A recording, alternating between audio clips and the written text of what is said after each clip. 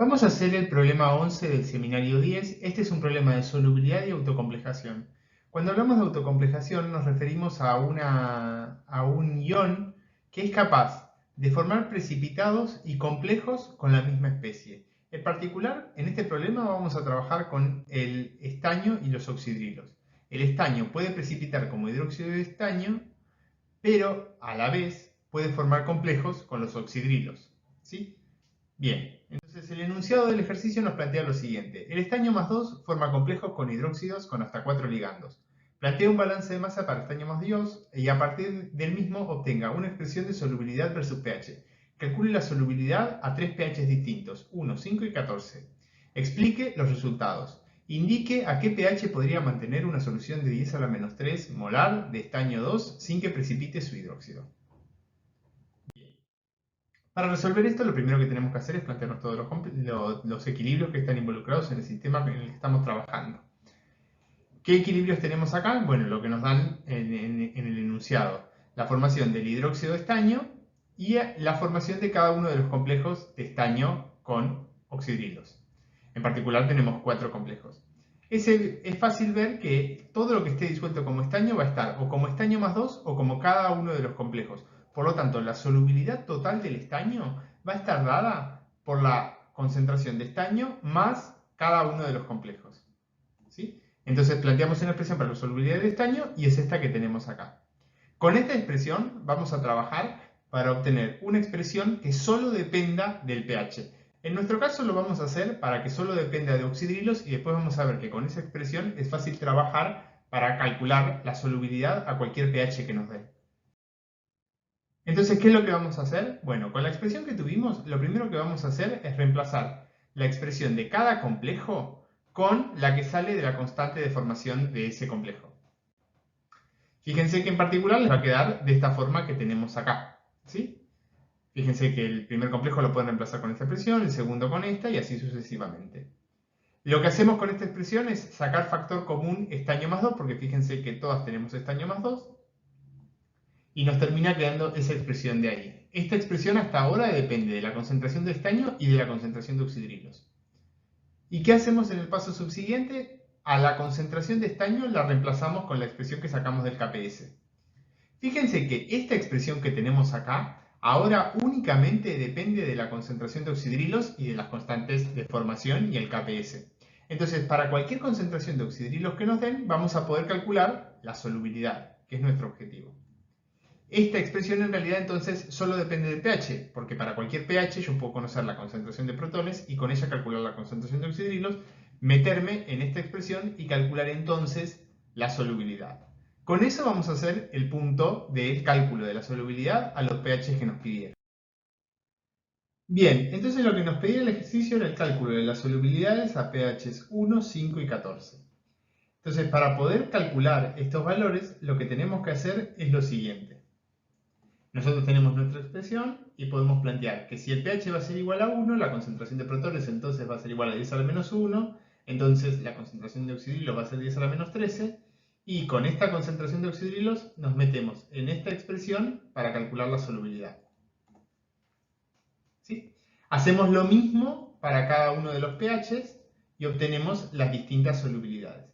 Fíjense que este sistema se está comportando de la siguiente forma. Tenemos una concentración de solubilidad bastante grande, ¿sí? Relativamente grande, alcanza un valor mínimo y después vuelve a alcanzar el mismo orden de magnitud a pHs alcalinos. ¿Qué está pasando acá? A pHs ácidos la concentración de oxidrilos no es lo suficientemente alta como para que precipite el estaño, el hidróxido de estaño. A pHs intermedios sí, por eso la solubilidad disminuye drásticamente. Y a pHs alcalinos se vuelve a producir entonces la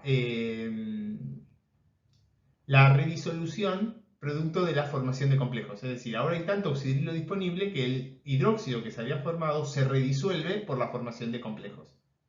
En la siguiente filmina vamos a ver una explicación de cómo obtener el gráfico de la solubilidad en función del pH.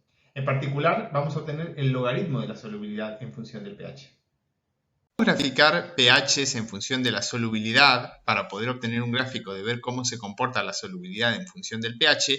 Lo que nos conviene hacer es ir a un Excel cualquiera, traernos los datos que tenemos tabulados. Fíjense que acá tenemos el KPS del hidróxido de estaño y las constantes de formación de cada uno de los complejos del estaño con oxidrilos. Y acá vamos a hacernos una tablita en la cual contemplamos las variables que vayamos teniendo a lo largo del experimento. En particular nos va a interesar ir desde una región de pH igual a 1 hasta 14. Entonces completamos con 2 y esto lo expandimos hasta llegar a 14. Bien. Con esto lo que vamos a ponerle, vamos a cambiarle esto de las comas para que quede todo con las mismas comas, que quede más lindo el número. Y acá lo que podemos hacer es, conociendo el pH, podemos fácilmente calcular la concentración de protones, que va a ser 10 elevado a la menos H, ¿sí? Entonces fíjense que esto va a ir variando, vamos a tener toda la notación científica. Acá sí, para que tenga sentido el número nos conviene trabajar con notación científica. Y por supuesto la concentración de oxidrilos va a ser 1E menos 14, o sea 10 elevado a la menos 14, dividido el valor que tenemos acá. Entonces tenemos la concentración de oxidrilos para cada uno de los pHs. Teniendo en cuenta esto, lo que podemos hacer es recurrir a la expresión que habíamos calculado para calcular la solubilidad en función del pH. Entonces podemos hacer que esto va a ser igual a KPS, este lo dejo fijo, recuerden que para dejar fijo el número, porque después lo vamos a desplazar, que no se nos modifique, dividido la concentración de oxidrilos por la concentración de oxidrilos, ¿no? Porque la concentración de oxidrilos está al cuadrado. ¿Sí?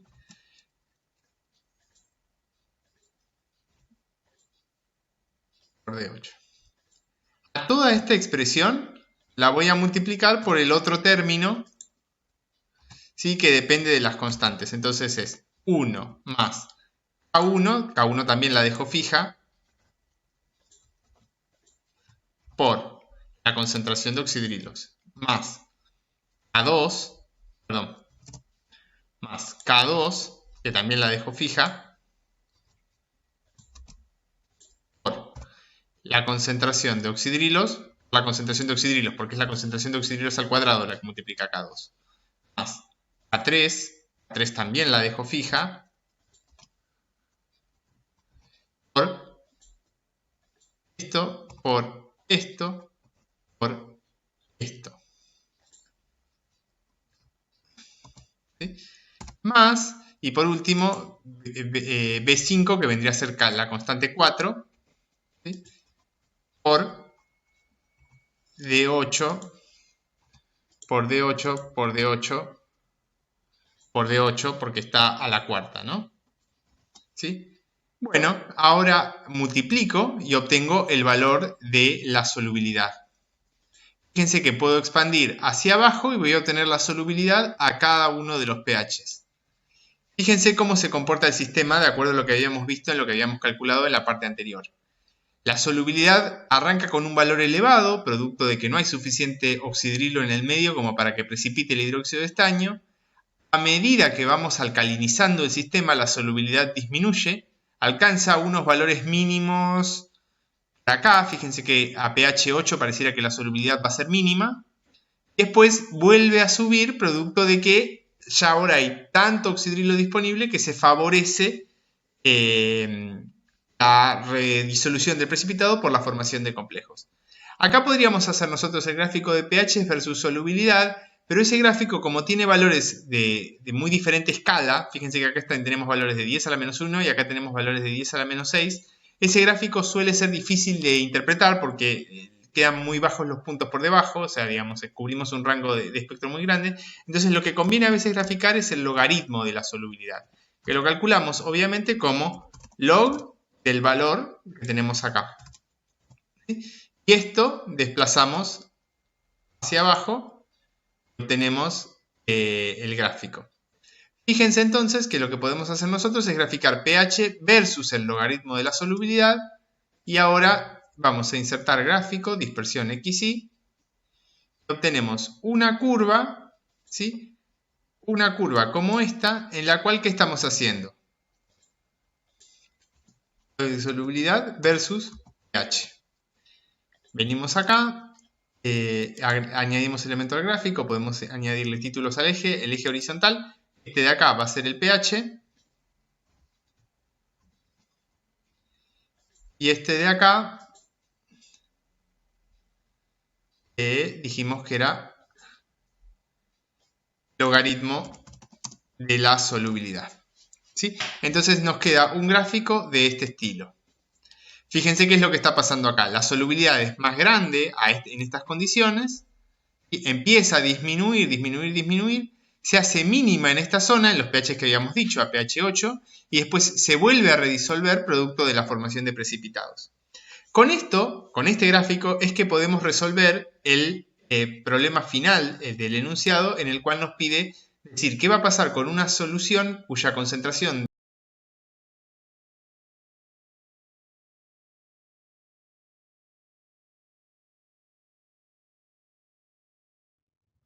Entonces, para resolver la última pregunta del enunciado, la que nos pregunta, indica a qué pH podríamos mantener una solución 10 a la menos 3 molar de estaño 2 sin que precipite su hidróxido, tenemos que plantearnos y trabajar con el gráfico que obtuvimos en la parte anterior.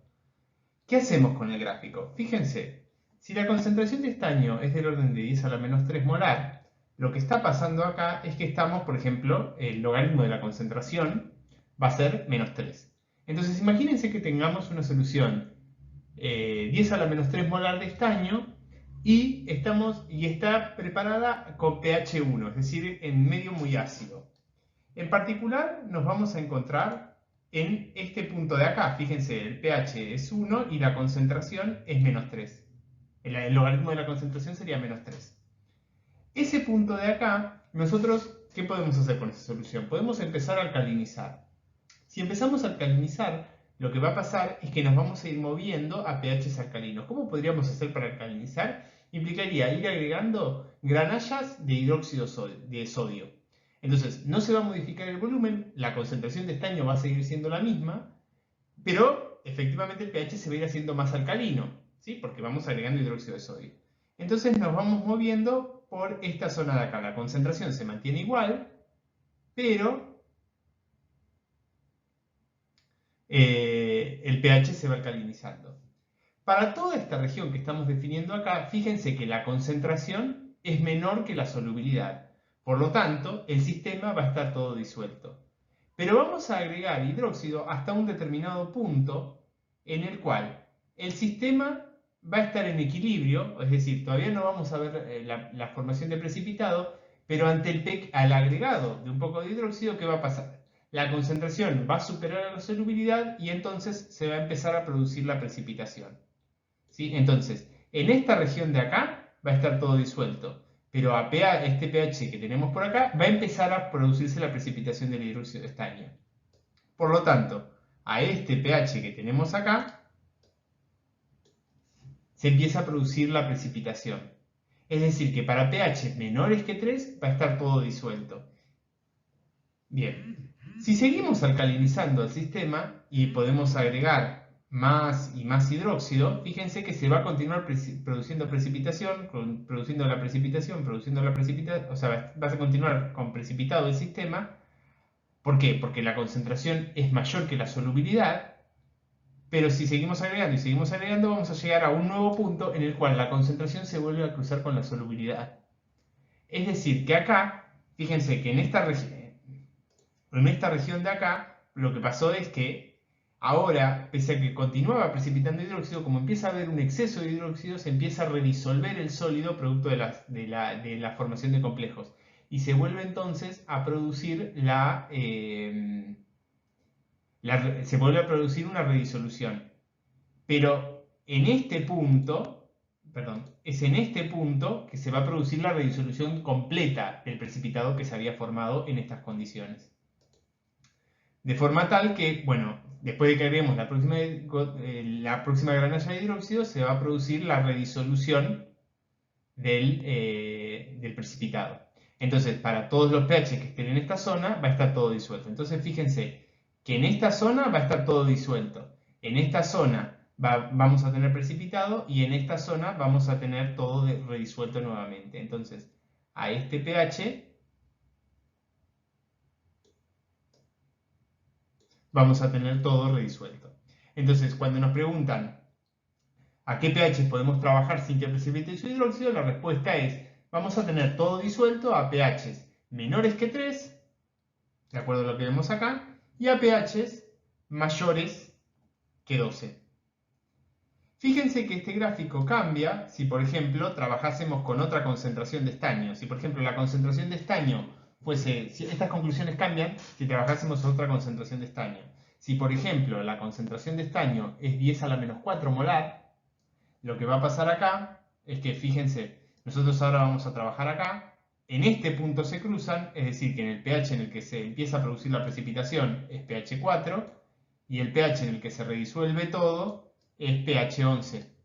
¿Sí? Más o menos, esto es aproximado, ¿no? Recuerden que en el gráfico por ahí lo pueden ver un poco mejor.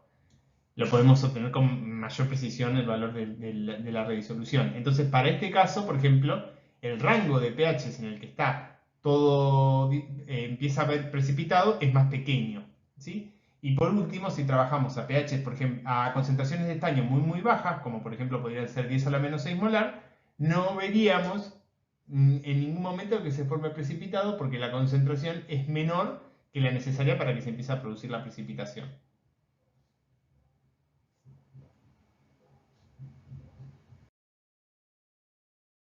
Bien, bueno, eso fue todo. Espero que se haya entendido. Muchas gracias por ver el vídeo y cualquier cosa no duden en preguntarme para aclarar las dudas que puedan surgir. Muchas gracias.